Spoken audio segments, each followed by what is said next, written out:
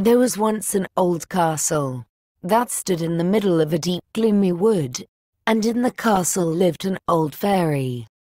Now this fairy could take any shape she pleased. All the day long she flew about in the form of an owl, or crept about the country like a cat. But at night she always became an old woman again. When any young man came within 100 paces of her castle, he became quite fixed, and could not move a step till she came and set him free, which she would not do till he had given her his word never to come there again. But when any pretty maiden came within that space she was changed into a bird, and the fairy put her into a cage, and hung her up in a chamber in the castle. There were 700 of these cages hanging in the castle, and all with beautiful birds in them. Now there was once a maiden whose name was JORINDA. She was prettier than all the pretty girls that ever were seen before, and a shepherd lad, whose name was JORINDEL, was very fond of her, and they were soon to be married. One day they went to walk in the wood, that they might be alone, and JORINDEL said, "We must take care that we don't go too near to the fairy's castle." It was a beautiful evening. The last rays of the setting sun shone bright through the long stems of the trees upon the green underwood beneath, and the turtle doves sang from the tall birches. JORINDA sat down to gaze upon the sun. JORINDEL sat by her side, and both felt sad. They knew not why, but it seemed as if they were to be parted from one another forever. They had wandered a long way, and when they looked to see which way they should go home, they found themselves at a loss to know what path to take. The sun was setting fast, and already half of its circle had sunk behind the hill. JORINDEL on a sudden looked behind him, and saw through the bushes that they had, without knowing it, sat down close under the old walls of the castle. Then he shrank for fear, turned pale, and trembled. JORINDA was just singing. The ring-dove sang from the willow spray. Well-a-day, well-a-day. He mourned for the fate of his darling mate. Well-a-day.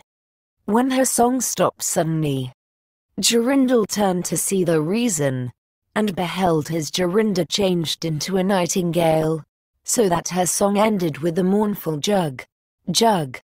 An owl with fiery eyes flew 3 times round them, and 3 times screamed, "To-woo! To-woo! To-woo!" JORINDEL could not move.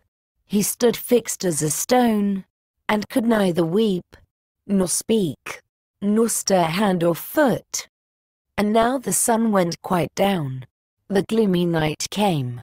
The owl flew into a bush, and a moment after the old fairy came forth pale and meagre, with staring eyes, and nose and chin that almost met one another. She mumbled something to herself, seized the nightingale, and went away with it in her hand. Poor JORINDEL saw the nightingale was gone, but what could he do? He could not speak.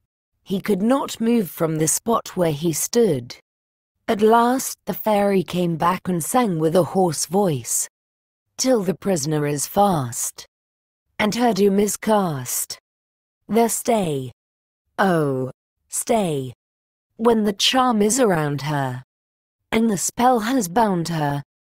Hie away, away." On a sudden JORINDEL found himself free. Then he fell on his knees before the fairy, and prayed her to give him back his dear JORINDA. But she laughed at him, and said he should never see her again. Then she went her way.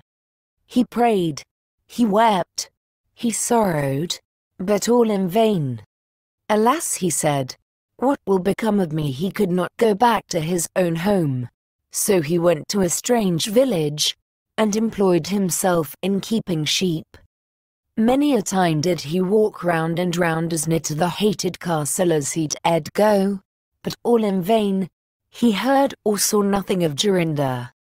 At last he dreamt one night that he found a beautiful purple flower, and that in the middle of it lay a costly pearl. And he dreamt that he plucked the flower, and went with it in his hand into the castle, and that everything he touched with it was disenchanted, and that there he found his Jorinda again.